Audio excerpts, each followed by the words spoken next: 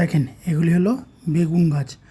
আপনাদের সবার প্রিয় বাংলার বাগানে আমি ৬টা মতো চারা বসিয়েছিলাম। দুটো গ্রো ব্যাগ বসিয়েছি এবং বাকি 4টে আমি টবে বসিয়েছি, ৮ ইঞ্চি টবে আর কি।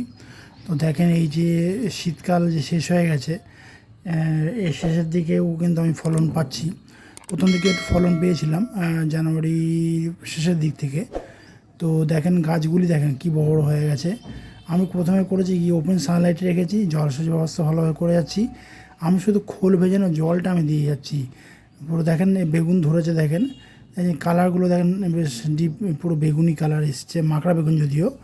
এবং মাটিটাকে যখন তৈরি করেছিলাম হালকা পুরো দোআঁশ মাটি তৈরি করে নিয়ে আমি একটু গোবর সার মিশিয়েছিলাম, 2 বছর পুরনো গোবর সার মিশিয়ে আমি মাটি তৈরি করে আমি এই গাছ রোপণ করি। আর দেখেন বেগুন হয়েছে, দেখেন আমি বড় বড় পাতাগুলিকে কিন্তু কেটে দিয়েছি। যেসব পাতা পুরনো পাতা ছিল, কারণ সেই পাতাগুলি হবে কি খাবার দিলে সেই পাতাগুলি খাবার বেশি খেয়ে নেবে। কোনো রাসায়নিক খাবার কিন্তু আমি দিই না, কারণ যেহেতু জৈব উপায়ে ঘরোয়া পদ্ধতিতে তৈরি করা হয়, সেহেতু কোনো রাসায়নিক খাবার আমি দিই না। আপনারা চাইলে সমরের যে সুফলটা আছে সেটা দিতে পারেন।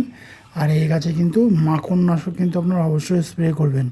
আপনার এই গাছে কাকা নামক কীটনাশকটা আপনারা প্রায় 15 দিন অন্তর অন্তর স্প্রে করে দেবেন। আবার ঠিক 15 দিন অন্তর কনফিডেন্ট নামক কীটনাশকটা ইউজ করে দেবেন। তাহলে দেখবেন গাছে কোনো মাকড়ের আক্রমণ কিন্তু হবে না কোনো দিনই।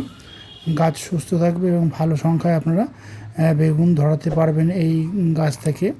আর জলসেচ ব্যবস্থা কিন্তু অবশ্যই ভালোভাবে করে যাবেন।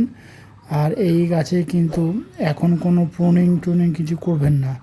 যখন শেষের দিকে যাবেন তখন কাটাছাঁটাই করে আবার যদি ফুল পাওয়া যায় তাহলে খুব ভালো হয়। দেখেন বেগুনগুলো দেখেন, ঠিক আছে? আপনারাও এরকম বেগুন গাছ নিশ্চয়ই আপনাদের বাড়িতে বসিয়েছেন, তাহলে দেখবেন আপনারাও কিন্তু এরকম বেগুন ধরাতে পারবেন খুব সহজে এবং দ্রুতই।